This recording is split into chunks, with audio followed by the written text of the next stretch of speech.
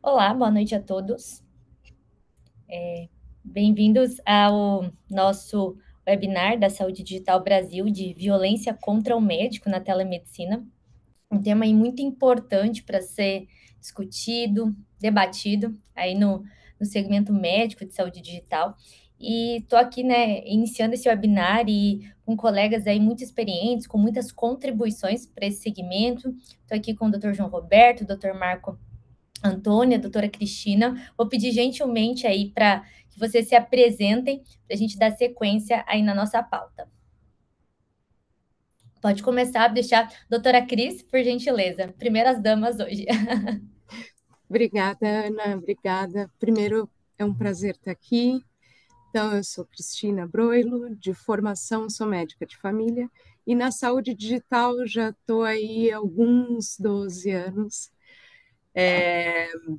Hoje eu estou como head de telemedicina aqui na TopMed, e primeiro eu queria dizer que é um prazer gigante estar aqui, porque a gente foi 3, 4 anos atrás, a gente estava aqui fazendo fórum, fazendo encontros e falando de tudo que aconteceu com a telemedicina, o boom, o quanto a gente foi disruptivo. E hoje a gente está aqui se encontrando para falar dos desafios. Então, de verdade, foi um prazer esse convite da STB. E eu tenho certeza que a gente vai debater pontos aí que são importantes para todos e vai surgir, inclusive, a oportunidade para todo mundo aplicar no dia a dia e compartilhar. Obrigada, Ana. Coisa boa, Cris. Com certeza, né? Acho que já temos aí 5 anos de telemedicina, como passou rápido, e o quanto a gente caminhou com relação a isso. Estou animada para discutir esse tema tão importante aí, ouvir as contribuições. Pedir aí para o doutor João Roberto também se apresentar, contar rapidamente o track record para o nosso público.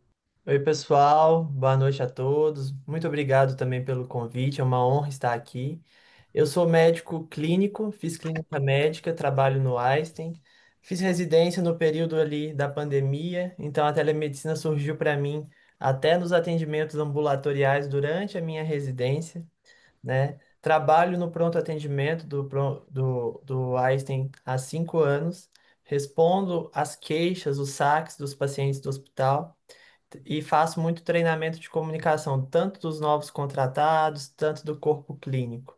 Além disso, eu tenho formação em cuidados paliativos e trabalho na Academia Digital, que é uma plataforma online que o Einstein tem, que traz muita informação, muita disseminação de conhecimento.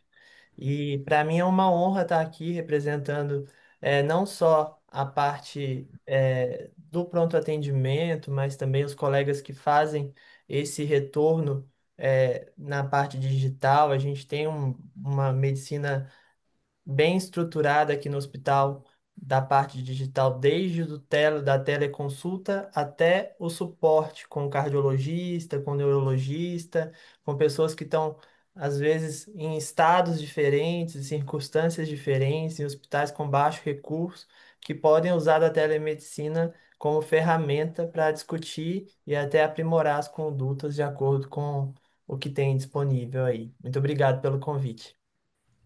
Coisa boa, com certeza, né?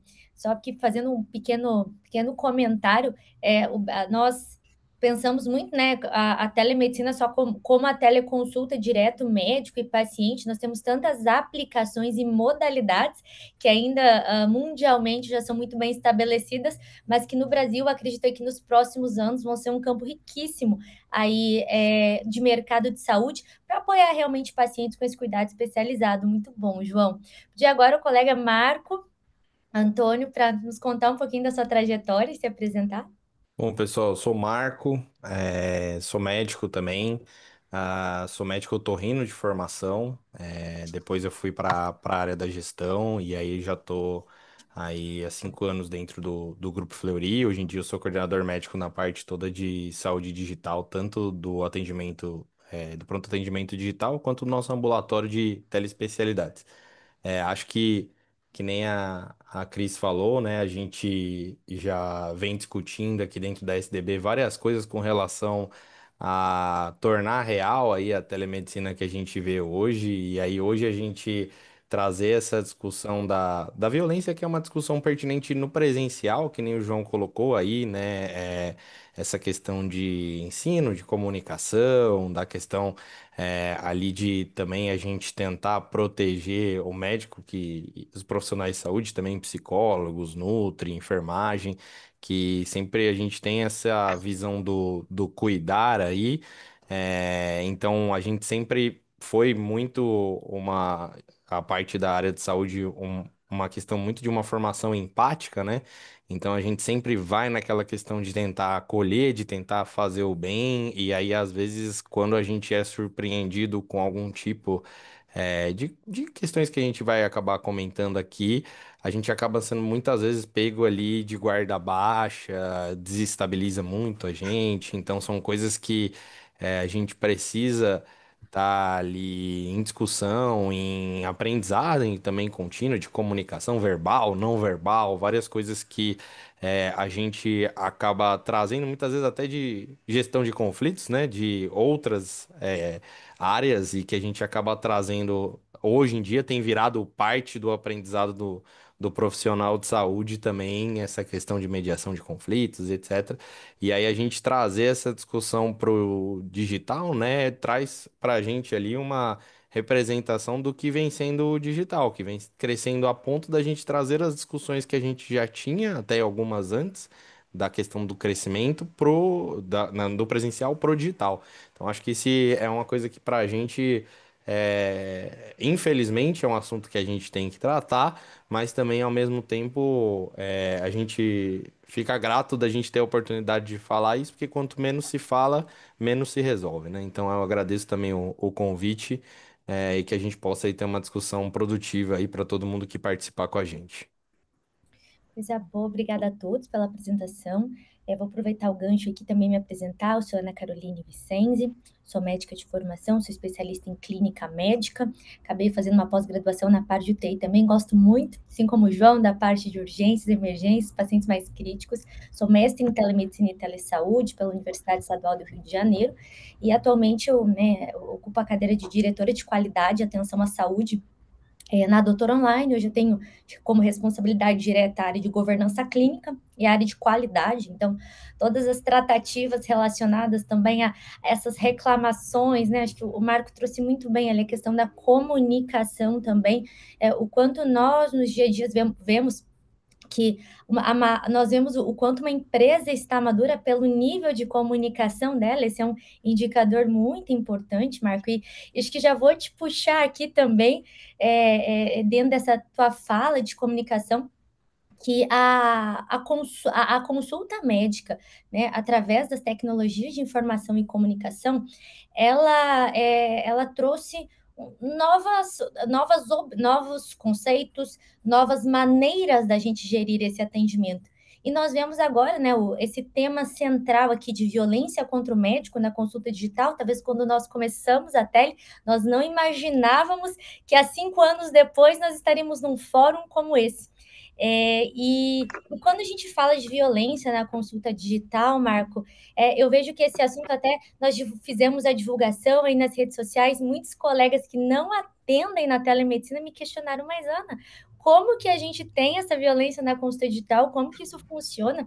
E aí queria direcionar para você e depois da tua resposta aos colegas, fiquem muito à vontade, né, os colegas painelistas, para comentarem, e também quem tiver no chat, pessoal, fiquem à vontade para mandar as dúvidas, para irem interagindo. Sempre que oportuno, eu trago também a dúvida de vocês aqui, a gente fazendo um paralelo.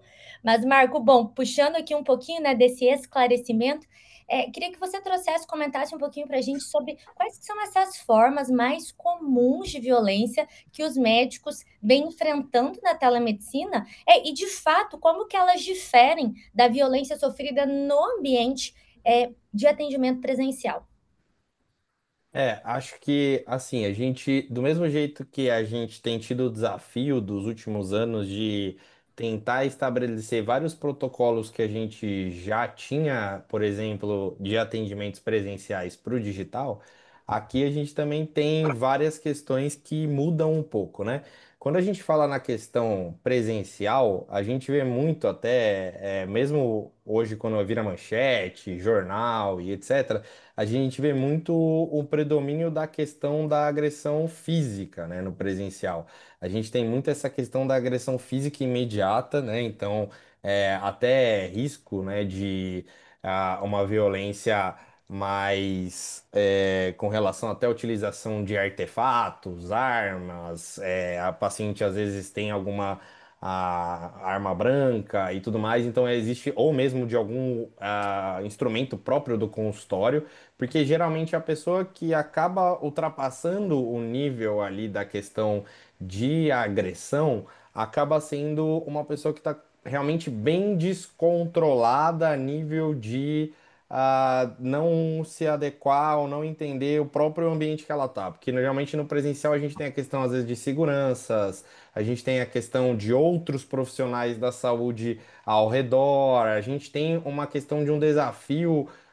Maior ali do paciente realmente ao tomar essa atitude de partir por uma questão mais agressiva, ele tende a já ultrapassar muito do limite ali de um relacionamento médico-paciente. Então a gente tem ali no presencial uma questão mais relacionada à questão física, né? Uma questão mais de pontual que eu vejo muito da consulta. No digital eu vejo muito uma questão mais psicológica e uma lesão mais permanente até do que a lesão própria no profissional presencial. Por que eu tô querendo dizer isso? Porque a gente tem uma questão mais psicológica, né? A gente tem uma agressão verbal, principalmente do mesmo jeito que a gente amplamente divulga essa questão de que a humanização do nosso atendimento no atendimento digital passa muito pela expressão facial, pela comunicação, a questão do paciente também trazer isso amplifica muito qualquer tipo de agressão que acabe ocorrendo, né? A gente, infelizmente, assim, também vê no longo prazo que a gente tem acompanhado os atendimentos, que existe também alguma questão muito grande com relação a assédio, a sexualização, a comentários misóginos.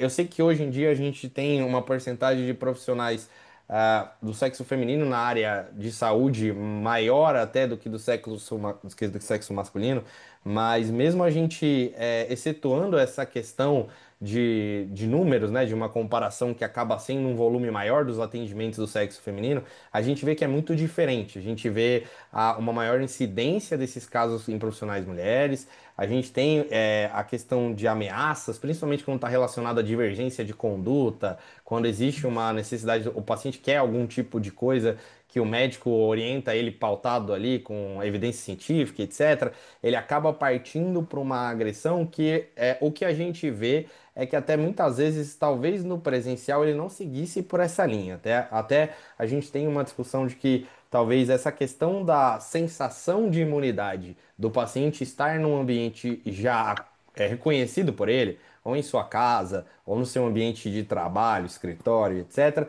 acaba fazendo com que ele tenha uma certa liberdade que talvez, não dá pra gente dizer, porque é se, isso não aconteceria no presencial. Mas a gente tem, assim, alguns levantamentos, né, até que a gente tem ali cerca de pelo menos 2/3, até que é um número relevante dos profissionais que já realizaram algum tipo de atendimento nos últimos anos. Isso são estatísticas que eu dei uma olhada até na internacional para a gente comentar um pouco, né? Já sofreram algum tipo de hostilidade no ambiente online, sabe?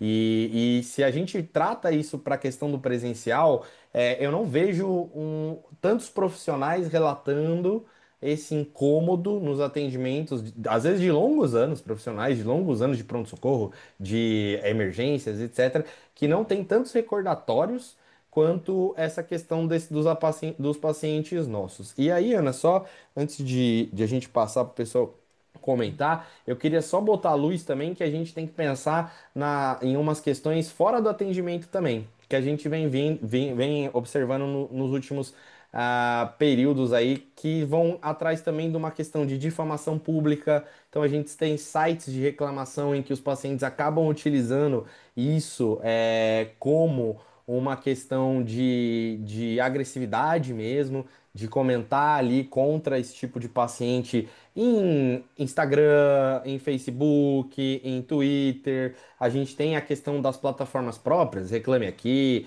Existem plataformas dos próprios médicos que acabam sendo utilizadas, então a gente tem ali o médico às vezes tem seu site, o médico às vezes utiliza de alguma plataforma para agendamento que tenha comentário. Então, esse efeito de destruição em massa a longo prazo, eu vejo que é uma coisa muito ruim. Sem contar a questão de secretária do profissional, que às vezes eles encontram um número, directs ou mensagens privadas. Então, ali a gente tem uma questão de perseguição que, se a gente vai olhar, a agressão ela acaba entrando na vida do profissional de um jeito que no presencial a gente não via tanto. Então eu vejo muito isso como uma questão mais reputacional de longo prazo, esse dano psicológico no profissional, do que realmente uma questão pontual de uma agressão física, igual a gente comentava, por exemplo, que era realmente que chamava atenção para a gente no presencial. Olha, o fulano de tal recebeu um soco numa UBS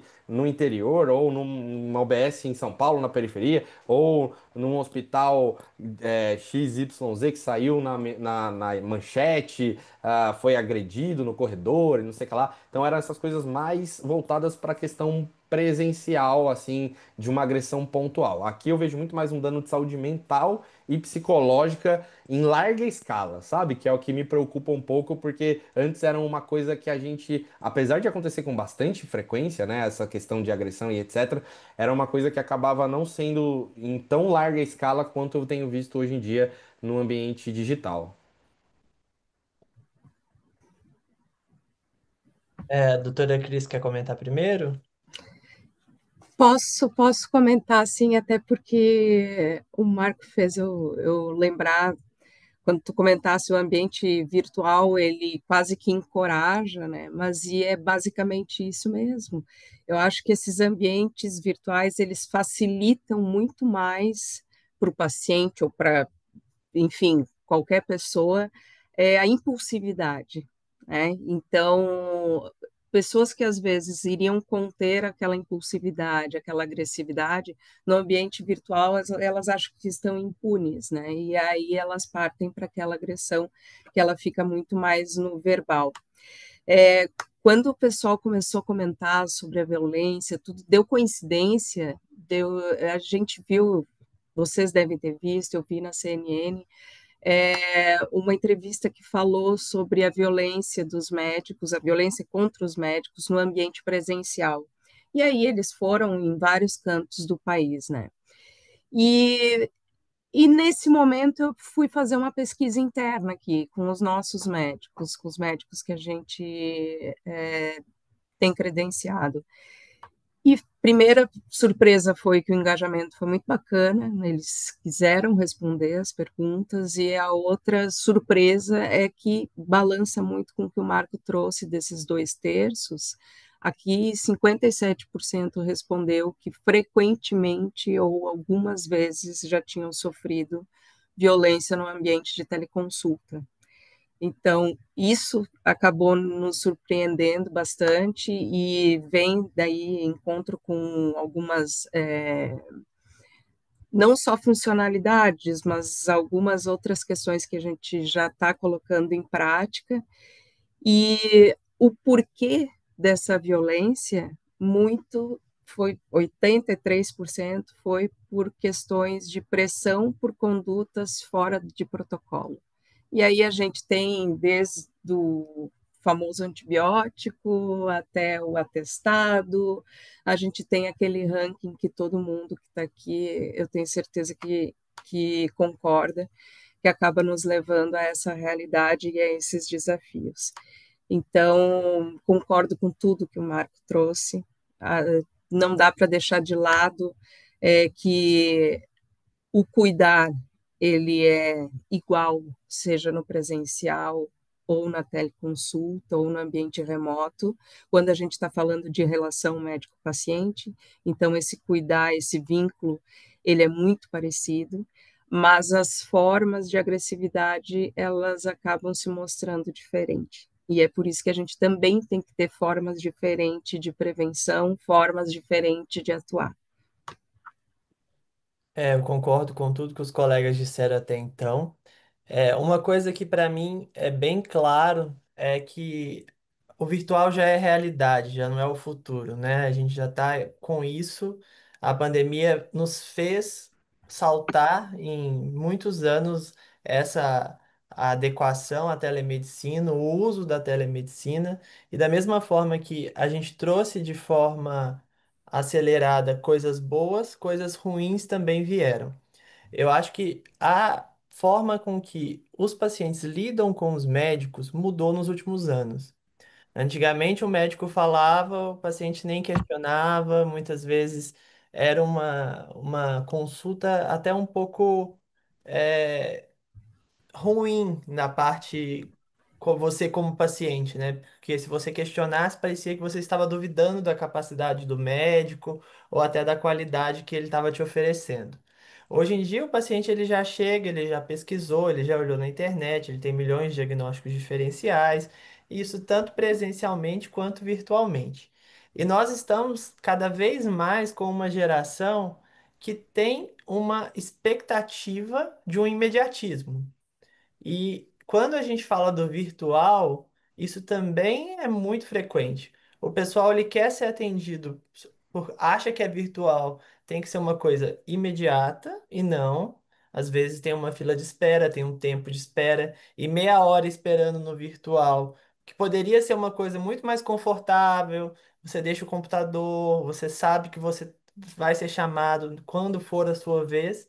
Os pacientes têm uma diferença de percepção dessa meia hora ali e de uma meia hora esperando num pronto atendimento. Às vezes você fala assim, fiquei meia hora na espera do pronto atendimento, fui atendido rápido.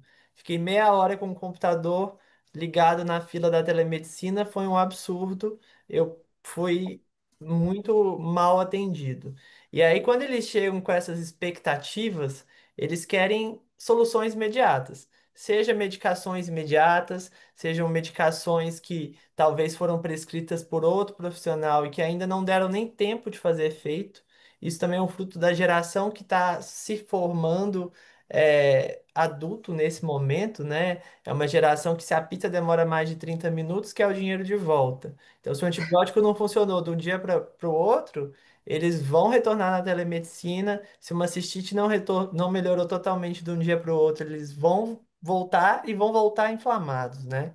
E aí nós, como médicos, acho que a gente tem que lembrar que empatia é uma coisa que a gente treina, né?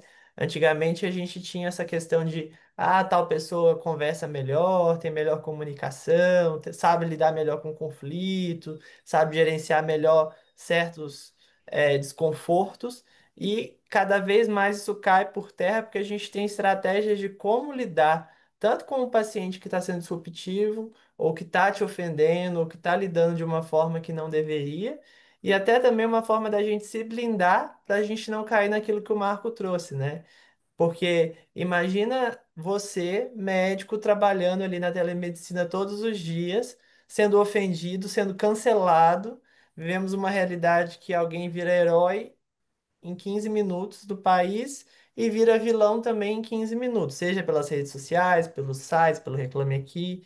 Então a gente tem que se blindar para a gente manter esse respeito e deixar claro que, independente se está no hospital ou se está numa tela, a gente está numa consulta médica e a gente merece respeito e a gente vai dar respeito. Acho que é muito importante a gente deixar claro que certas coisas não cabem em nenhuma das circunstâncias, né? Perfeito. João, vou aproveitar aqui que os comentários estão muito alinhados. Até o Rafael de Souza trouxe excelente reflexão do ambiente digital, dar imunidade. Essa é realmente um ponto que acho que foi um consenso aqui nas nossas falas. A Ana Letícia pediu aqui ao doutor Marco quais as estratégias podemos adotar para minimizar esses conflitos. Tenho certeza que conhecimentos valiosos, Ana Letícia, ao longo dessa live, a gente vai compartilhando com vocês.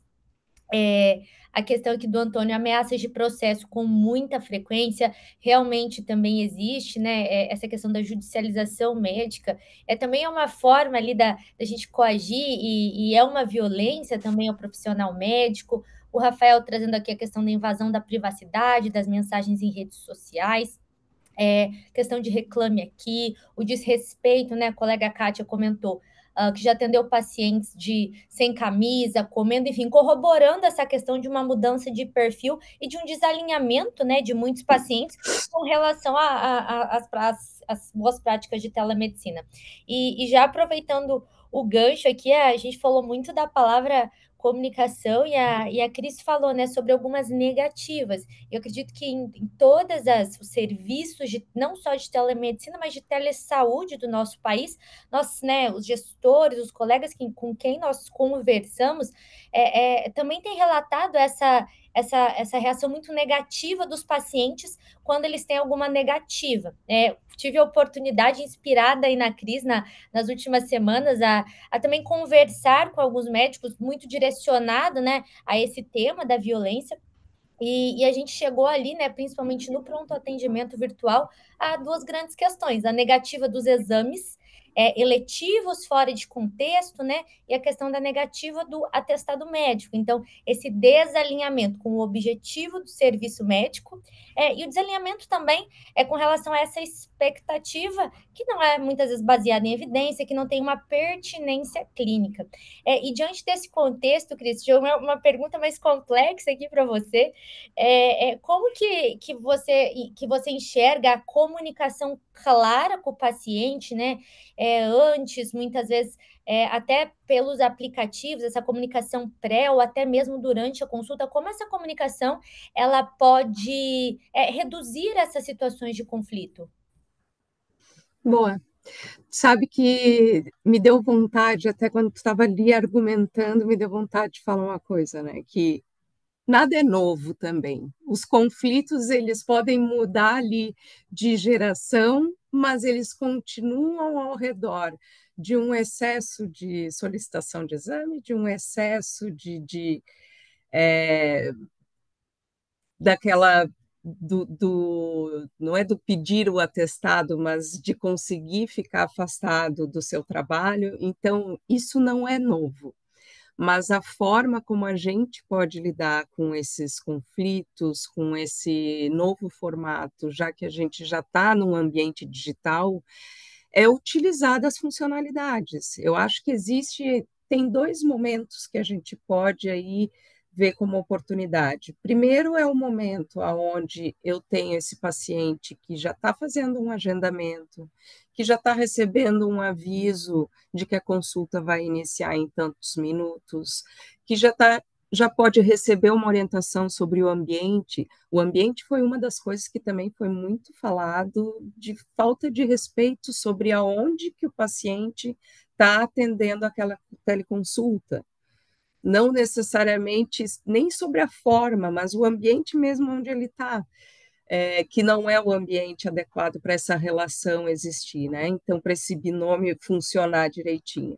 Então, a gente tem essa oportunidade digital, essas funcionalidades, onde eu posso já até dizer com uma linguagem acessível, uma linguagem fácil, que o paciente se prepare, que o paciente, e até mesmo balizar ali algumas condutas possíveis, critérios de afastamento do seu trabalho.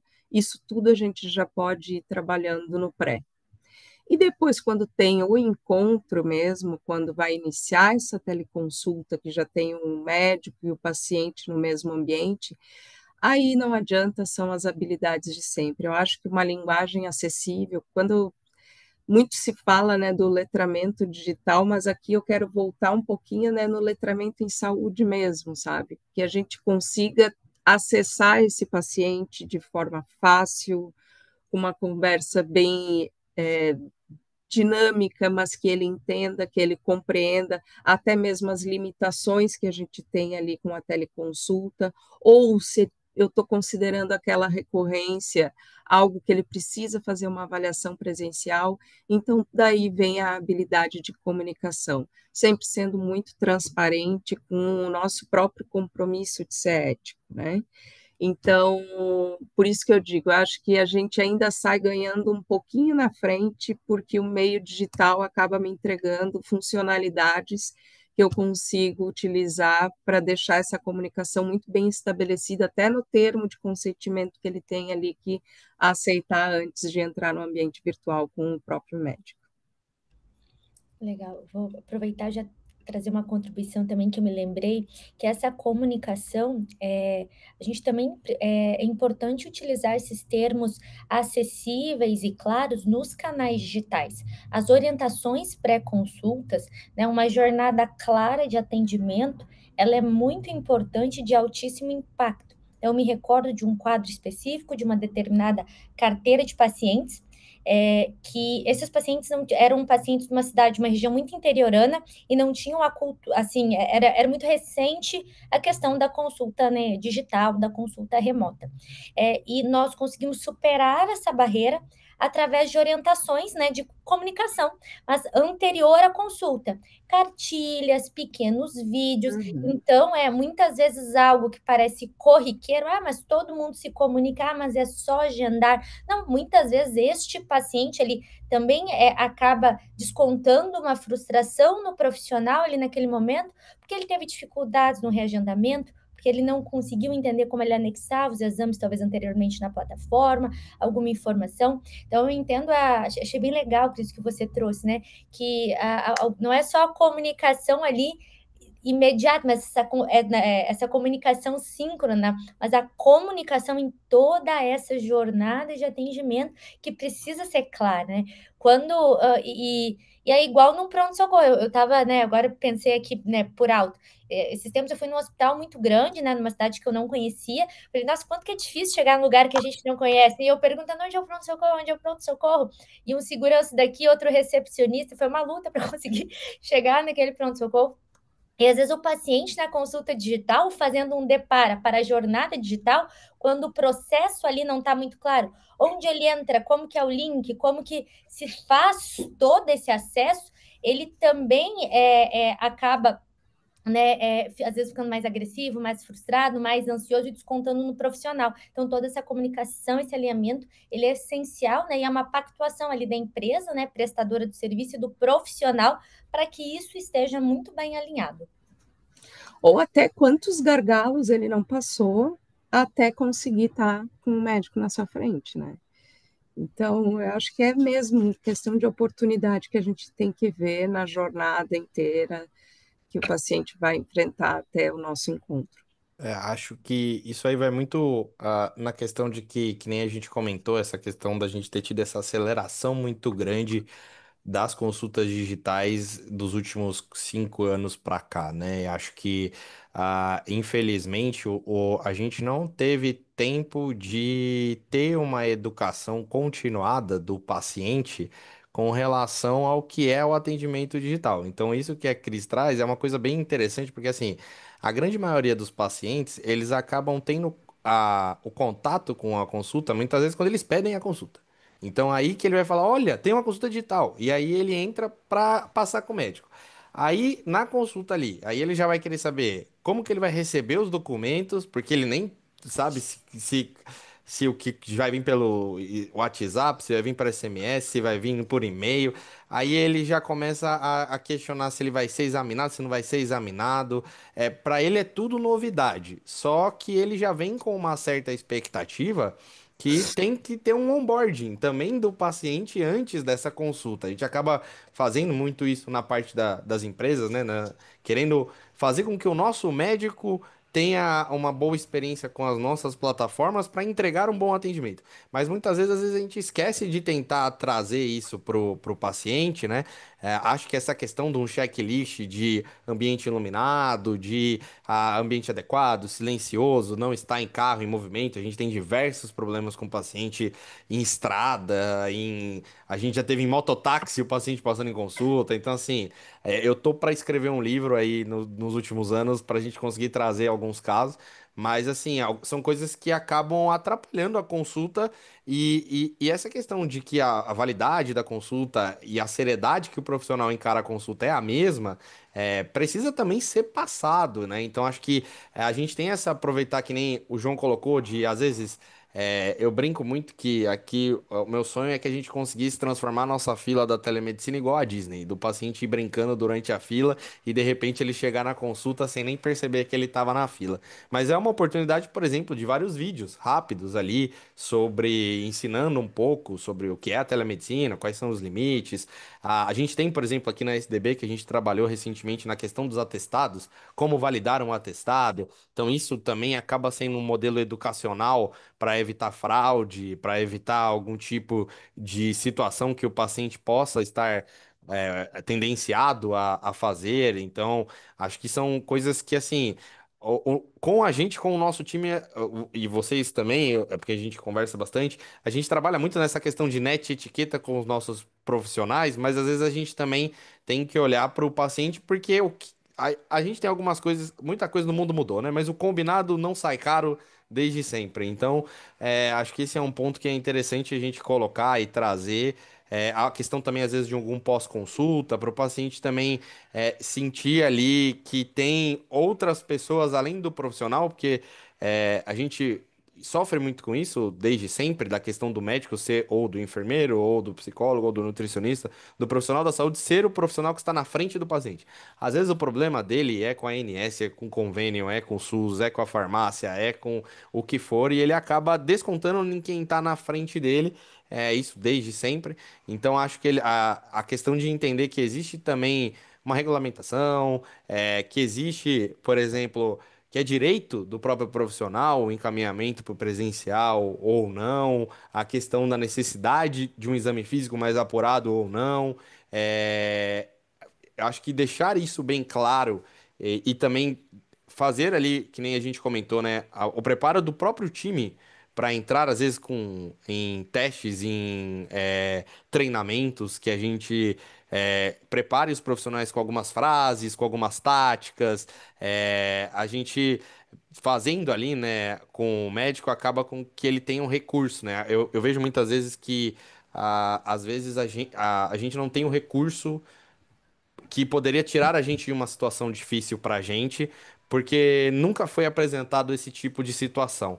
Então, às vezes, a gente ter algumas frases assim, que tenha respaldo, porque a gente bate muito nessa questão do prontuário, de que o prontuário acaba sendo a defesa do profissional e tem que ser tão bem preenchido em qualquer tipo de atendimento. Literalmente, é o que vale, é a questão do prontuário. Do prontuário, mas imagina uma pessoa, e assim, eu sempre tento me colocar, muitas vezes, quando eu acabo, que nem o João respondendo reclamações, eu tento me colocar no lugar do profissional que estava realizando aquele atendimento. E aí, muitas vezes, você está completamente desestabilizado emocionalmente para preencher um documento que vai ser utilizado legalmente ou não, mas assim, que existe a mera possibilidade de ser utilizado.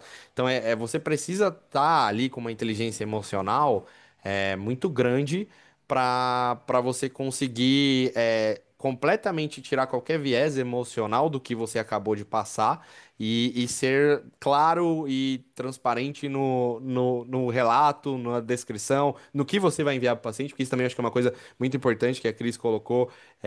A gente mandar nesses casos às vezes um resumo para o paciente, não necessariamente até do próprio médico, para evitar muitos tipos de conflitos do médico, de utilizar aquele documento contra o profissional e etc. Mas assim, do paciente também ser acolhido, talvez, por equipe, entrar em contato com esse paciente, conversar com ele sobre o estado dele de saúde, porque isso, assim, muitas vezes mostra para a questão de histórico também de atendimentos, mostra para o paciente que, assim, ele não está completamente desassistido. Existem outros profissionais que estão de olho, existe um respaldo, e do mesmo jeito que o paciente tem muitas vezes a atividade profissional dele, o nosso colega profissional de saúde está exercendo o trabalho dele também ali de uma maneira digna para atender o paciente o respeito necessariamente precisa ser mútuo. Do mesmo jeito que a gente cobra muitas vezes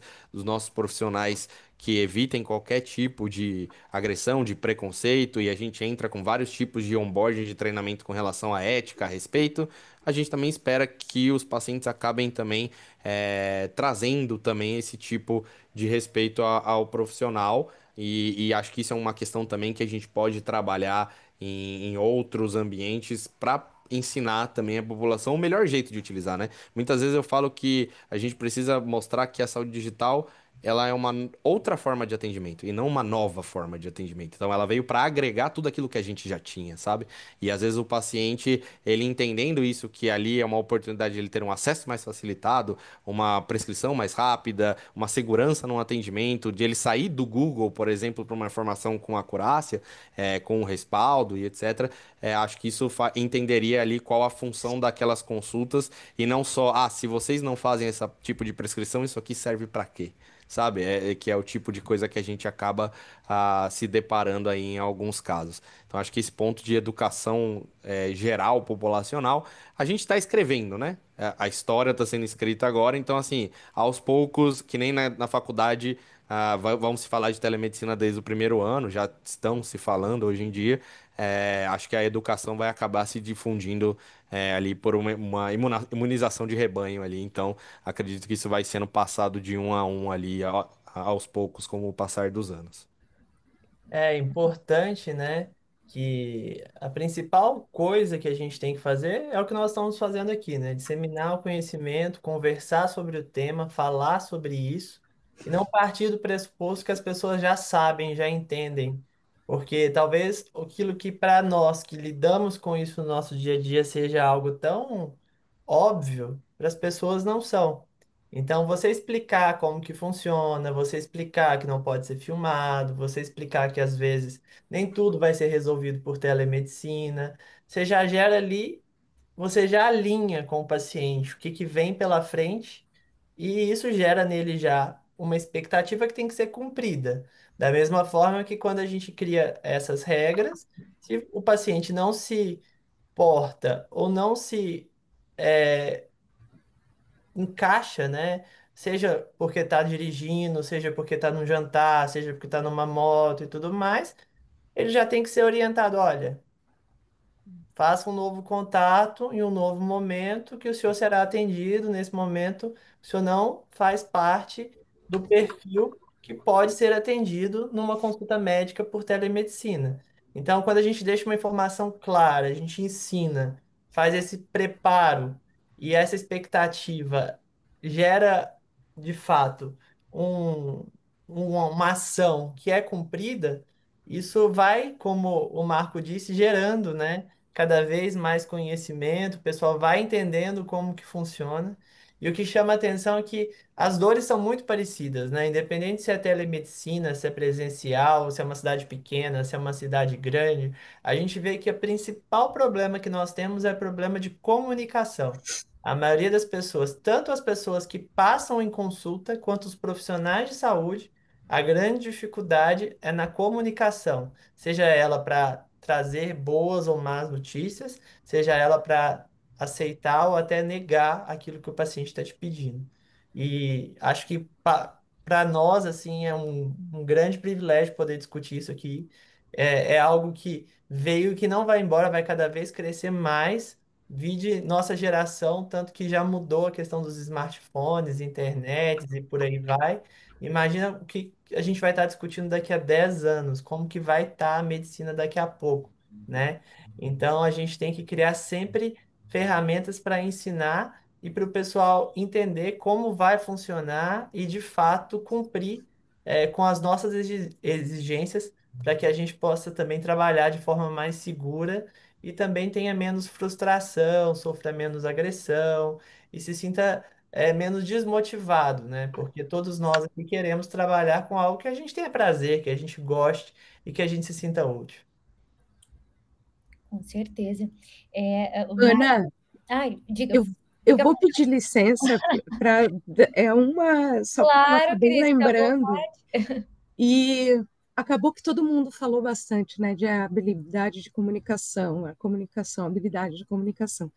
E eu lembrei que deve fazer uns 2 anos que a gente sempre tinha existia uma frase que era dita como se fosse uma verdade, né?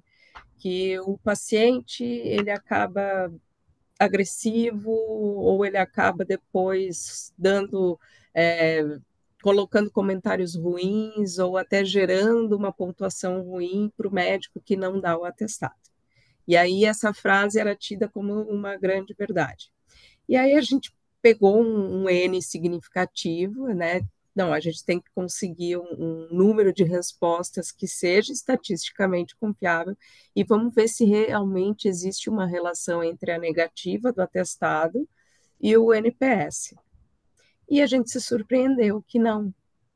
Então, de novo, volta para essa questão. Eu acho que determinadas habilidades que a gente tem, e aí seja no presencial, seja no remoto, a gente precisa estar ali desenvolvendo a todo momento com o paciente, porque até mesmo para uma negativa, existe formas de eu fazer ela de uma forma empática, num, de um jeito que eu preciso explicar para esse paciente que talvez ele precise de um outro recurso que vai estar lá no presencial para daí sim garantir, porque se eu só afastar ele, eu posso estar afastando ele e deixando ele adoecer ou piorar em casa.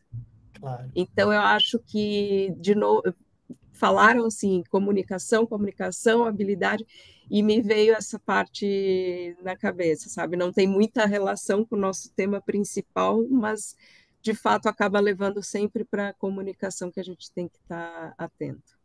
A famosa negativa empática, né? O paciente tem que entender Exatamente, o porquê que talvez aquilo não faça sentido naquela circunstância, mas ele tem que estar acolhido sempre.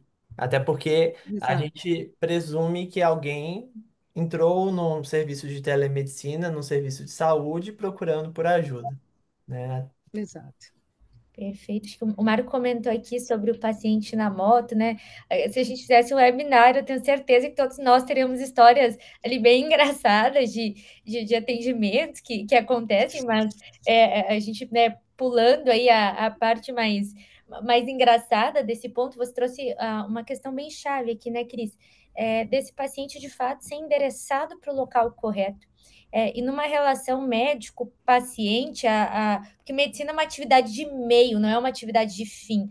E a gente precisa, de fato, entregar o melhor cuidado para o paciente com o recurso que a gente tem. E é uma negligência da nossa parte não encaminhar um paciente quando ele precisa, né? A gente está ferindo até Exato. princípios bioéticos. Mas como o paciente vai, ele não tem como saber essa sopa de letrinhas e termos técnicos que nós, em 10 anos de formação, para ele entende muitas vezes que o que custa dar o atestado, mas porque não pode renovar aquela guia, aquela solicitação de terapias. Então, essa negativa empática ela é de fato muito importante, mas o principal nós precisamos entregar um atendimento seguro e trabalhar essas múltiplas vias de uma jornada, de uma comunicação assertiva, de uma comunicação clara durante o processo, pré, durante e pós, para que a gente consiga de fato exercer esse ato médico. Eu cheguei numa palavrinha-chave que gostei bastante aqui do que você trouxe, João, falando né, do respeito, dessa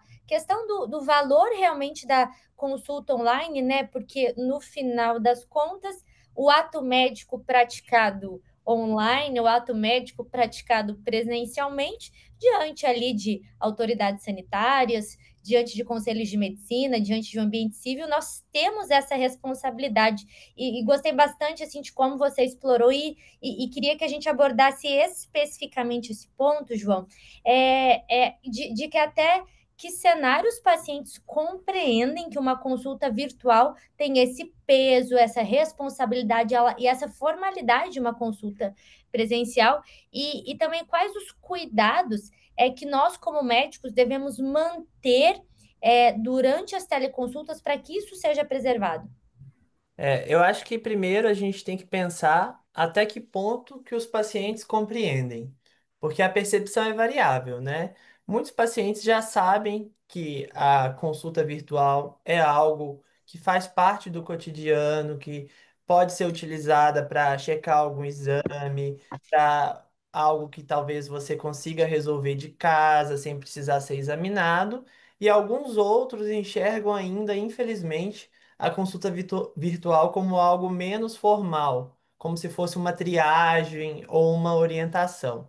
Então a gente tem que deixar claro para o paciente que tem sim o mesmo peso legal, o mesmo peso clínico e que as nossas decisões vão impactar na vida dele, seja dando uma receita ou uma guia de forma virtual, ou até mesmo encaminhando esse paciente para ser atendido presencialmente, né?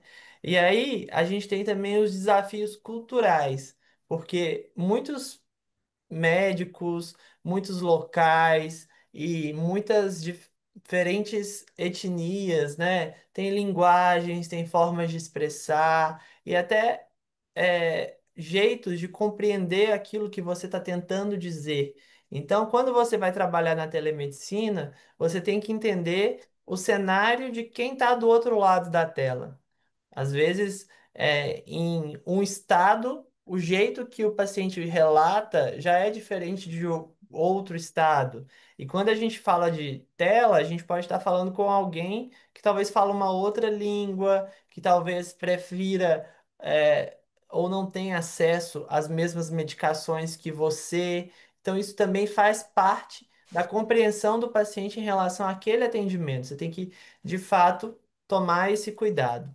E a gente sempre tem que educar, né? Eu acho que a questão de explicar que a teleconsulta é regulamentada pelo CFM, pelo Ministério da Saúde, isso faz parte e tem que deixar bem claro que tudo que a gente registra, tudo que a gente conversa vai estar em prontuário, que é sigiloso e que a gente tem as responsabilidades idênticas às do presencial e que o paciente também tem as responsabilidades idênticas às do presencial. O paciente não pode filmar o médico, o paciente não pode desrespeitar o médico. E da mesma forma, nós médicos também não vamos expor aquele paciente nem aquilo que foi conversado virtualmente num momento fora daquela consulta. E aí, quando você me pergunta cuidados e deveres que a gente não pode esquecer, eu acho que tem os cuidados e deveres, principalmente, a gente pode dividir, né? Nós, como profissionais, lembrar sempre que nós, como médicos ou como profissionais de saúde, a gente tem que conduzir de forma formal aquela consulta. Então, fazer uma anamnese de respeito, anotar em prontuário, fazer uma prescrição cabível, um registro adequado, entender de fato o que está acontecendo, saber reconhecer os limites técnicos. Às vezes eu não vou conseguir examinar uma garganta pela câmera, às vezes eu não vou conseguir ver se de fato aquele paciente está ataque apneico, ou tentar fazer alguns testes. Então, saber até que ponto eu estou ajudando e até que ponto eu estou ultrapassando esse limite que seria a barreira que a telemedicina nos propõe, assim, né? Eu acho que a gente tem que saber também a hora que a gente tem que encaminhar e tentar ajudar aquele paciente de forma a não deixá-lo desamparado, mas não simplesmente por estarmos já conversando, tentar dar o jeitinho e resolver. Outra coisa, nós médicos, volto a dizer, né, deixar claro para o paciente que tudo que é dito é sigilo, é seguro, e sempre tentar ter uma empatia, uma comunicação e falar de uma forma com que o paciente entenda, aquela comunicação em alça fechada, né? Muitas vezes o que a gente diz não, de fato, chega no paciente da mesma forma. Então a gente tem algumas estratégias, pedir o paciente para repetir, fazer a prescrição e pedir o paciente para explicar para a gente para ver se ele entendeu, validar se as preocupações que o paciente tinha no início da consulta de fato foram atingidas. Eu acho que tudo são cuidados e deveres que que a gente como médico não pode esquecer. Em relação ao paciente, eu acho que tem essa questão que nós já trouxemos aqui, né? Mas a questão do compromisso, questão do horário, né? Que a gente tem um horário a ser cumprido, a gente tem que ser respeitado em relação a isso. O ambiente tem que ser um local reservado, com boa conexão, não tem que ter distração, outras pessoas presentes. É uma consulta médica. Isso é responsabilidade também do paciente de entender. E também ele tem que ser verdadeiro, né? Nós vamos partir de, do ponto que o paciente está fornecendo informação completa, verdadeira, assim como ele faria se estivesse na minha frente. E não simplesmente achar que por estar virtual ele está atrás de uma máscara e ele pode agir de outra maneira, né? E outra coisa que a gente sempre tem que frisar que o paciente tem que fazer é cumprir as orientações. Para isso acontecer, tem a nossa parte de explicar e ter certeza que o paciente entendeu, mas o paciente também tem que entender, tomar as medicações e saber que a validade e o sucesso terapêutico vai ter relação com ele seguir ou não o que a gente está orientando, né? É importante, tem uma frase que eu gosto bastante, que telemedicina não é uma conversa online, né? É uma coisa formal. A gente tem os mesmos direitos, os mesmos deveres e também as mesmas consequências. E o paciente ele tem que ter isso muito bem é, consolidado, que eu acho que a partir do momento que ele entende isso, ele dá mais valor tanto para o profissional que está do outro lado da tela e até para o tempo que os dois estão dedicando para aquela conversa, para aquela troca. Perfeito, isso é de suma importância. Queria aproveitar aqui para ler um pouquinho os comentários, que coisa boa, o pessoal está bem engajado. E também eles estão ratificando bastante, concordando aqui com essa questão, né, da comunicação. A Roberta comentou que ela é advogada e enfermeira e mais de 20 anos de atuação, né? Acho que com essa visão jurídica também avalia que os maiores conflitos entre o profissional e o profissional, o paciente e o profissional de saúde são oriundos da comunicação. O Antônio também aqui comentou que a comunicação prévia com os esclarecimentos ao paciente é fundamental, né? Isso não só no online, mas em qualquer atendimento, aí seja online, híbrido, presencial. A Roberta aqui mencionou a questão da importância do acolhimento humanizado, então esclarecimento sobre todos os acontecimentos, né? Cris, a gente comentou também, achei bem pertinente da sua parte uma linguagem acessível, a Roberta também trouxe esse ponto. É, Muitas parabenizações aqui a todos nós. Renata Zorabã também participando, mandando um alô e uma parabenização para a gente aqui. Obrigada, Rê. Tenho certeza que se você estivesse aqui também, teria muitas contribuições valiosas para trazer. E aí, até o Antônio trouxe aqui um ponto que você comentou, João, que muitas vezes o paciente há essa percepção de que o paciente está simulando. Vou aproveitar só o gancho, se você puder trazer uma contribuição desse sentido, quais as dicas que você, né, entendendo essa responsabilização e ato médico da consulta, quando a gente entende que é uma simulação por parte do paciente na tentativa de obter ali, né, algumas das suas solicitações atendidas, e o médico percebe isso, qual que seria a tua orientação para esse profissional de como conduzir esse tipo de situação? A gente, obviamente, não pode fazer nenhuma afirmação, por mais que nós estamos percebendo, né? Tem a questão que o corpo fala, né? A famosa comunicação não verbal. Então, eu acho que a principal ferramenta que a gente tem que utilizar quando a gente percebe que o paciente ele está, de fato, tentando burlar, tentando trazer uma dor que talvez não seja 10 em 10, que não esteja incapacitando ele, é ir trazendo cada vez mais ele para pedindo mais informações, trazendo mais circunstâncias. E se você de fato perceber que aquele paciente ele está muito bem treinado e ele vai seguir com aquele discurso e você não concorda, você não tem obrigatoriedade, como médico, de ter a mesma percepção do que o paciente está te falando. Você pode encaminhar ele, por exemplo, para avaliação presencial. Você pode falar, olha, é, acho que como tudo isso que o senhor está me relatando e tudo que a gente conversou, isso não bate com a clínica que eu esperaria dentro de um contexto de um paciente nas suas condições. Dessa maneira, de longe, eu não consigo ter a segurança, pode ser até algo mais sério. Então, o senhor vai precisar passar de fato numa avaliação presencial para a gente confirmar que esses sintomas, esses sinais estão condizentes, porque talvez a gente vai precisar trazer novos exames, pedir uma segunda opinião. E geralmente, quando o paciente ele percebe que o médico já traz essa percepção, né? Seja na.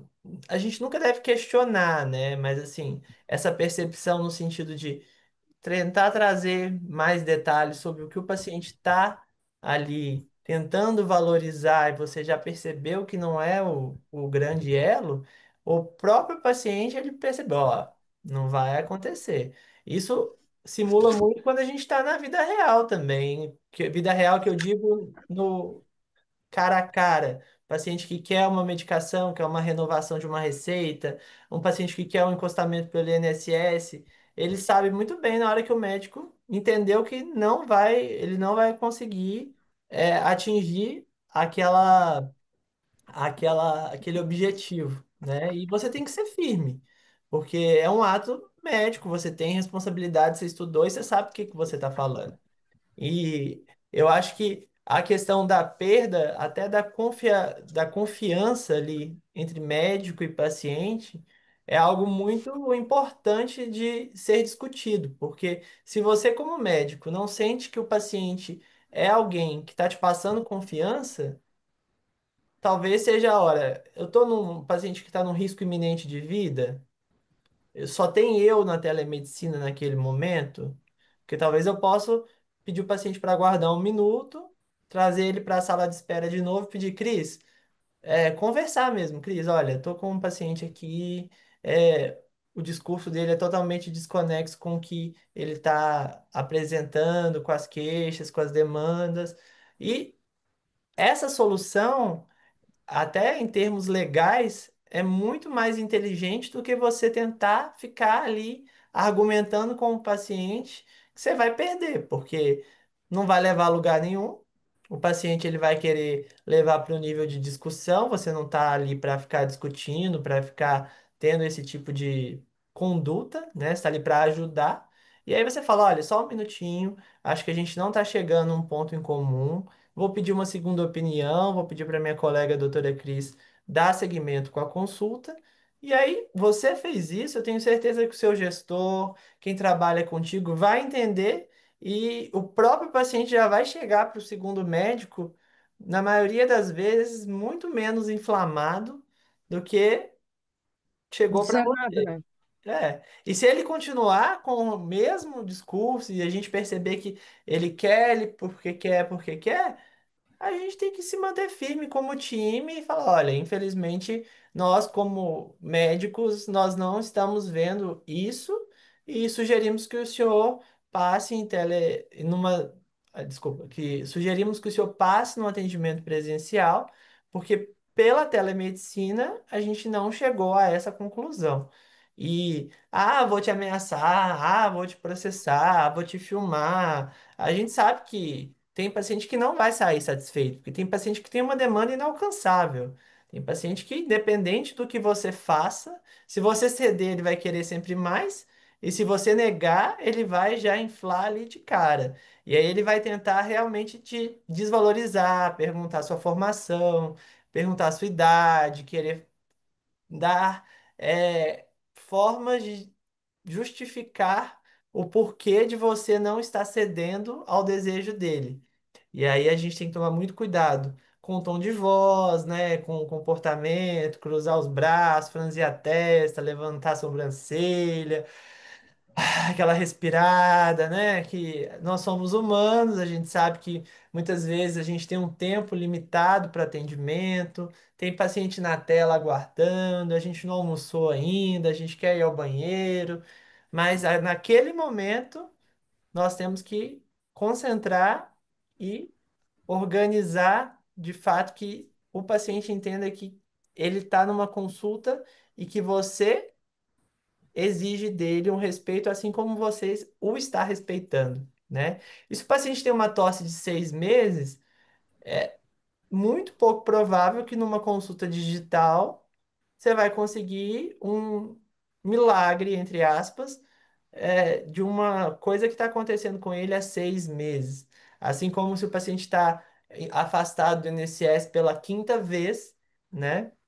É muito pouco provável que você virtualmente vai conseguir afastá-lo pela sexta, pela sétima, pela oitava, sem ele passar por uma avaliação ou por um exame toque a toque ou até um exame complementar.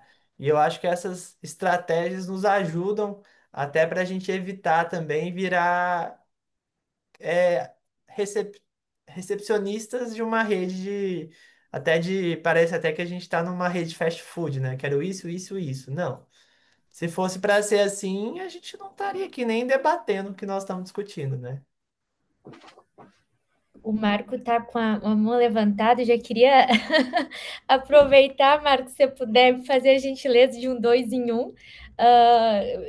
Já queria que você, se puder, depois de endereçar a tua contribuição, já comentasse um pouquinho para a gente, assim, né, dentro dessa linha do que o João trouxe, quais as orientações, quais as ações mais de orientação e educação digital que as empresas de telemedicina, os serviços de telemedicina podem adotar para realmente reforçar, né, junto aos pacientes, esses limites, e até essa possibilidade de onde vai a teleconsulta médica.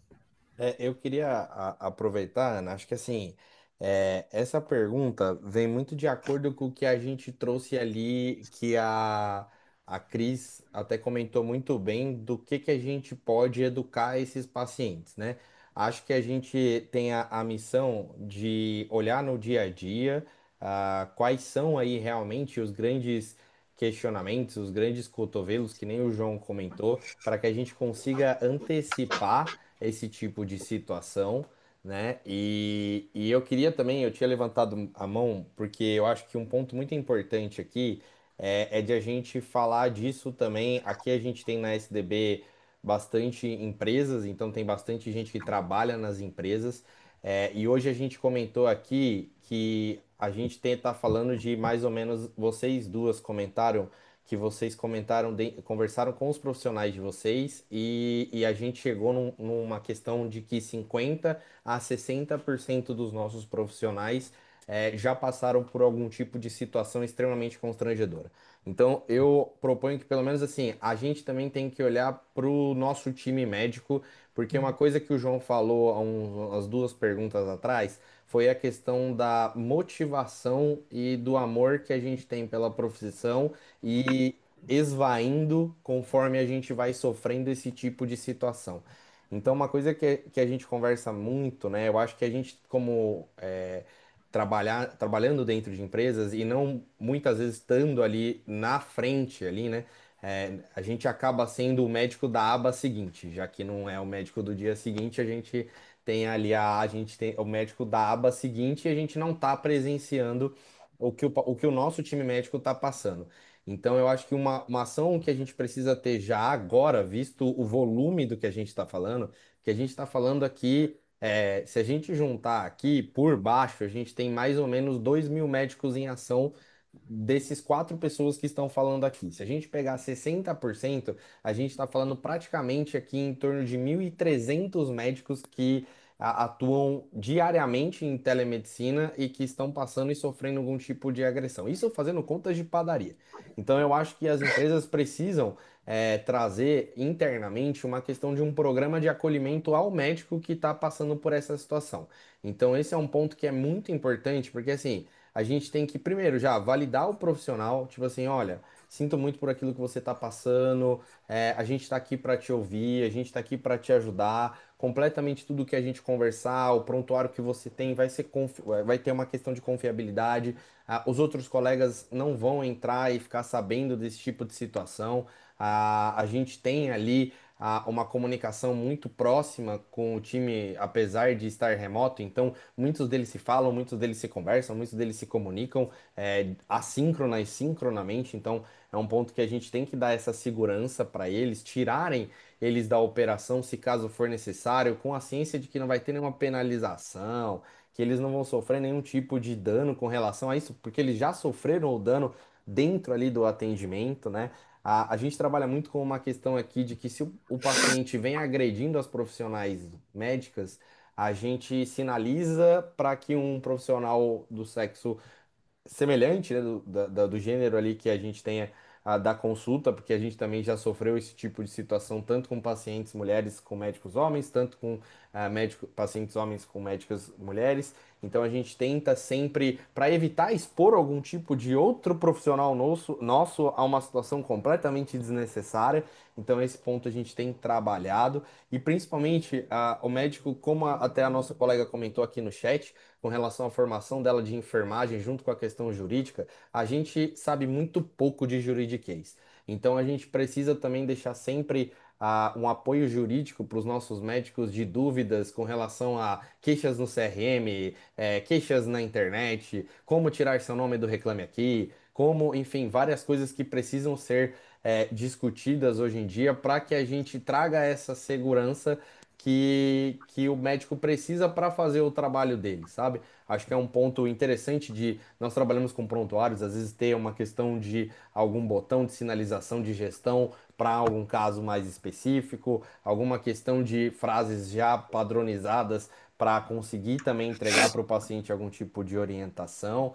Uma coisa muito interessante que a gente acaba fazendo, até trazendo aqui também para como experiência, é a questão de um livro, né, de que o médico pode desabafar, em que ele pode colocar o que ele sentiu, esse momento que ele tem também de poder relatar aquilo que aconteceu para nós que podemos ajudar, às vezes, com algumas questões de que se o paciente entrar do outro lado, não ter só a versão do paciente também, principalmente, que a gente reforça muito isso que o João falou, de não ficar gravação e etc, para não ficar um utilizando gravação contra outro. Lembrando que assim, a gente tem essa questão de ser ilegal mostrar a gravação para terceiros, então realmente é uma coisa que entra aí até num âmbito jurídico diferente até da que essa questão do assédio em si. E a gente entra em contato, muitas vezes posteriormente, com esses pacientes que são sinalizados. Muitas vezes o nosso time de atendimento ao cliente liga para esses pacientes ou enviam um e-mail. E o grande interessante disso que o João comentou é que muitas vezes esses pacientes respondem esses e-mails dizendo que foi um momento de agressividade, que eles pedindo desculpas ao profissional, que não era o jeito que eles gostariam de ter tratado o profissional. Então, muitas vezes acaba que geralmente essa questão da expectativa inflamada ali de querer ali algum tipo de justiça ou algum tipo de tentativa de ganhar no grito acaba ali fazendo, mesmo o médico estando completamente dessa questão que vocês estão falando, correto, ético, protocolos, etc., acho que é um ponto que a gente tem tido de uma relevância também de mostrar para ele que não é só assim, olha, não é uma impunidade não você chegar aqui e realmente passar do limite, ser agressivo, não é porque você é um paciente de algum cliente da empresa que você vai ser imune a qualquer tipo de situação aqui dentro. A gente precisa de um respeito e o mais interessante no final é devolver esse feedback para os profissionais. Tipo, olha, a gente entrou em contato, isso aqui não vai passar impune, a nossa empresa não pactua com esse tipo, ou eu, Marco, vocês também, a gente não pactua com esse tipo de situação.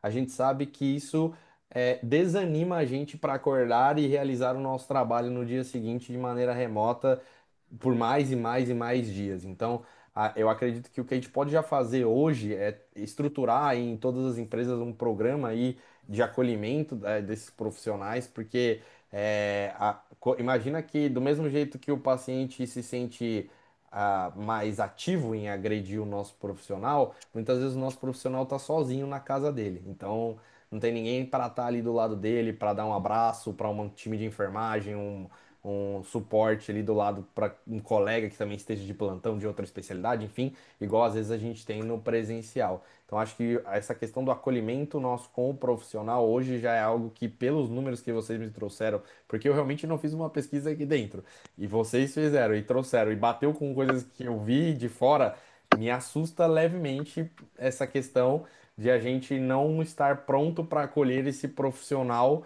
quando isso acontecer, porque eventualmente, pela estatística, vai acabar acontecendo com todos em algum dia. Se a gente for colocando ali 60% a longo prazo, a gente vai, pelo menos alguém vai entrar nesse 60% da estatística alguma hora. Então, acho que é um ponto interessante da gente colocar e discutir também. Acho que a educação do paciente é fundamental, mas o acolhimento do profissional que acaba pegando um paciente literalmente mal educado, não tanto pela questão da telemédia, quanto pela questão da falta ali do respeito e da consideração com o profissional que está realizando seu trabalho. Perfeito, Marco. Perfeito que tu falasse, e até vai dando vários insights para a gente, né? Porque o apoio jurídico a gente já de costume sempre fez, já fazia, mas a gente está dentro também dentro de empresa de tecnologia, né? e o quanto eu também consigo colocar funcionalidades ali dentro, não só um botão, mas outras funcionalidades para me auxiliar nisso, para eu reunir também, dar mais segurança para o profissional, mas reunir informações para daqui a pouco ter uma tomada de decisão baseada nisso. Então, eu acho que foram as colocações assim bem feitas na hora certa, no momento que a gente estava falando só desse lado aqui, né, do lado de como se portar, do lado de como que a gente poderia fazer com habilidades, mas não são só habilidades, são questões práticas que a gente tem que colocar para funcionar. Eu acho que aqui a gente está no melhor ambiente para isso, né? A SDB sempre proporciona a gente a esses debates e reunir todas as melhores ideias e colocar em prática. Eu acho que caiu muito bem aqui esse teu comentário. Eu me lembrei aqui, Marco, de um caso, enfim, determinado paciente que, né, entrava por sucessivas vezes, né, fazia ameaças, e esse acolhimento, escuta também do profissional médico, ele é muito importante, e esse paciente em específico foi entendido ali, né, junto à contratante, que ele não era um paciente que teria o perfil de ter a telemedicina habilitada, né, dentro dos serviços de saúde. Então, realmente, assim, com direitos, com deveres, também vem responsabilidades, né? O direito do acesso, ele vem com a responsabilidade de que se faça um bom uso daquele que atende, como daquele que é atendido. Então, a cada vez mais eu enxergo que esse caminho, né, de entender o perfil de pacientes que de fato fazem um bom uso da telemedicina, e a gente começar a criar caminhos para que isso se estabeleça de uma maneira mais estruturada, preservando a ética, preservando a saúde mental também, né? E o brilho com a profissão aí dos nossos profissionais vai caminhar cada vez mais de uma maneira significativa. Marco, você falou a questão de CRM, né? E queria puxar um pouquinho a Cris aqui para essa fala, que hoje os conselhos de medicina, né, principalmente CRM, CFM, o Conselho Federal também, ele já tem alguns posicionamentos com relação à agressão, mas mais voltado para o ambiente físico. E, Cris, queria um pouquinho da tua contribuição aqui, fazendo um depara, de qual essa formalização de orientação, né? O que a gente pode extrapolar do que tem de orientação no caso de agressão para esta questão no ambiente digital. Boa. Acho que algumas coisas já foram até ditas aqui, né? O João falou também. Do ponto de vista jurídico e ético, nós estamos falando de entregar um serviço que é a medicina, seja ele presencial ou remoto. Então, dever, responsabilidade, consequência, isso tudo acaba sendo idêntico à prática presencial. E a partir do momento que a gente identifica uma situação aonde eu posso muito bem documentar, e eu acho que o Marco também trouxe assim, ó, eu demonstrei que eu tenho ali a continuidade desse tratamento. Não é uma situação de urgência. Aquele paciente não está passando por uma situação onde eu veja um risco iminente. Eu posso simplesmente orientá-lo como ele deve seguir, dizer que a gente está sem condições de seguir naquele ambiente ali virtual e sair dessa consulta, né? Agora, o que mais vai dar respaldo para o médico é o registro dele. Esse registro ele precisa estar muito bem detalhado, ele precisa estar muito bem feito para que a gente consiga demonstrar ali que não houve simplesmente, eu não larguei o meu paciente, eu somente mostrei para ele que ele existia outra opção de continuidade de cuidado, que ele estava fora de risco, mas chegou um momento onde aquela relação, não existia mais o vínculo necessário para que eu pudesse entregar saúde para ele e entregar um tratamento adequado. Então, acho que o conselho já reforça isso, ele reforça tanto, mesmo na telemedicina, todos esses nossos direitos e deveres e consequências. Perfeito, Cris. E a gente está já aqui caminhando para o nosso encerramento, mas não É por poderia. isso que eu tentei ser sucinta, né? Claro, claro, claro. A gente inclui da discussão, que rica essa nossa discussão, quantas contribuições aí realmente, eu acho que o Marco falou de um N aí de médicos, mas realmente boa parte da população brasileira aí de saúde suplementar, né, e aí top med também, serviços públicos, é de fato coberta ali pela nossa entrega, então, que rica e quanto representativa tem sido, que muitas outras parabenizações aí nos comentários, Flávio Totti também parabenizou aí pela excelente discussão. E para a gente caminhando para o nosso encerramento, queria voltar um pouquinho com o João aqui sobre essa questão de vínculo, né? Você comentou um pouquinho já, João, mas acho que talvez vale a gente explorar um pouquinho mais. Quando de fato essa perda de vínculo e da confiança entre o médico, né, e o paciente na consulta virtual. Como consegue explorar para a gente um pouco mais detalhado como o médico pode agir, tanto num cenário de pronto atendimento, quanto num cenário, muitas vezes, pode ser uma APS, um atendimento eletivo, e como a empatia, a linguagem adequada e até mesmo o cuidado com o burnout do médico, eles podem influenciar nessas situações de conflito? Claro, eu acho que essa pergunta cabe bem para a gente já caminhar aqui para o final dessa discussão que acho que renderia horas, temos muitos tópicos que poderíamos falar ainda. A doutora Cris acabou também trazendo agora algumas possibilidades, né, de lidar com essa circunstância, mas de fato, a gente tem que lembrar que profissionais de saúde são os profissionais que costumam mais sofrer problemas de ansiedade, problemas de burnout, problemas de saúde mental. Isso tem muita relação com a frustração, com o excesso de trabalho, com não saber separar, né? Certos acontecimentos não têm relação com você como pessoa, com a sua personalidade ou até com a sua capacidade de oferecer um trabalho, um serviço. Muitas vezes, quando a gente sofre qualquer tipo de agressão, seja ela verbal, virtual, de qualquer maneira que seja, isso impacta muito na nossa qualidade de vida e isso traz com que a gente já comece, né, desmotivado. Então, quando a gente tem uma perda de vínculo com o paciente, primeira coisa, o médico tem que ter maturidade.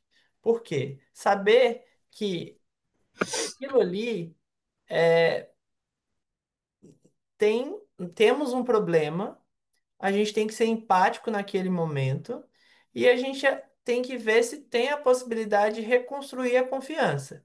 Porque dependendo da circunstância, do que houve, pode ser um momento até de você tentar conversar com aquele paciente com transparência, com respeito e trazer uma dignidade para aquela relação, validar, pausar, escutar, demonstrar um acolhimento e transformar um momento de conflito em uma oportunidade até de se aproximar com o paciente. Mas se você percebeu que de fato isso não vai acontecer, o médico tem sim como explicar para aquele paciente que é, o caso dele pode ser que seja reavaliado por um colega, se eu tiver essa possibilidade, e desde que eu não esteja diante de uma circunstância de risco iminente de vida, eu posso dar todas as orientações de como aquele paciente deve seguir de forma segura, né? Para continuar o cuidado, para ter uma qualidade do cuidado e para ele ter uma adesão do cuidado. Por mais que esse paciente possa parecer não estar escutando, mas um paciente, quando ele vê o médico de fato encerrando uma consulta pela forma que ele se portou, na maioria dos casos, não digo maioria, né, mas em muitos casos, esse esse paciente ele pode até tentar mudar e tentar reconstruir, tentar, não, mas espera aí, é, tenta reconhecer o problema, ele tenta mudar ali, tratar o médico com um pouquinho mais de empatia, mas o médico tem que ter essa percepção e para isso ele tem que ter um quadro bem estruturado mental de que certos problemas não são de responsabilidade dele, não tem relação com a qualidade do atendimento dele, com a qualidade que ele está oferecendo. E para isso, cursos, né, como o que a gente está fazendo aqui, mentorias, cursos de relaxamento, feedbacks presentes dos gestores e até formas de valorizar, né, trazer também os atendimentos de sucesso, trazer números bons, trazer o quanto que a gente faz a diferença, o quanto que o nosso NPS muda, quanto que a gente consegue trazer ali na telemedicina um atendimento que eu estou aqui em São Paulo, eu atendi alguém no interior do Pará e essa pessoa simplesmente teve sua vida transformada, alguém que está talvez numa empresa que está trabalhando no meio do mar, que está ali no barco e eu consigo de longe dar um suporte que essa pessoa não teria. Então eu acho que também a gente tem que trazer para o profissional tanto essa questão que ele é uma pessoa importante, que o que ele faz é importante, e quando você de fato perceber que não vai chegar a lugar algum, primeiro, veja se com conversa, abaixando o tom, com uma pausa, com uma reflexão, se aquilo pode virar um momento de virar a chave. Percebeu que não? Tem paciente que realmente a demanda dele não vai ser alcançada e não adianta você ficar ali forçando ou tentando trazer ele de volta, que é um paciente que já entrou decidido o que que ele quer e se ele não conseguir, ele vai até o fim questionar a sua conduta, vai querer outro profissional, vai querer outro local, vai querer outro atendimento. E aí cabe a gente também saber até que ponto vale desgastar a nossa saúde mental, né, e saúde física, o nosso tempo com esse perfil de paciente, sendo que a gente faz a diferença na vida de tantas pessoas. E aí eu reforço e finalizo aqui meu comentário, o quão importante é a telemedicina, o quanto que a gente viu nesses últimos anos que faz diferença e que é uma coisa que hoje em dia já é realidade no mundo todo. A gente está aqui, a gente praticamente vive numa realidade em que a gente consegue falar com todos os países e todas as línguas, e isso é uma coisa muito maravilhosa, assim, tudo que a internet, tudo que a gente tem adquirido, isso só tem a trazer benefício para a medicina. E a gente tem que focar, é claro que aqui o nosso foco foi trazer como prevenir, né, para a questão da violência e tudo mais, mas que também fique a lição o quão a gente é privilegiado, né, de poder fazer a diferença na vida de tantas pessoas e como a gente tem recurso para isso.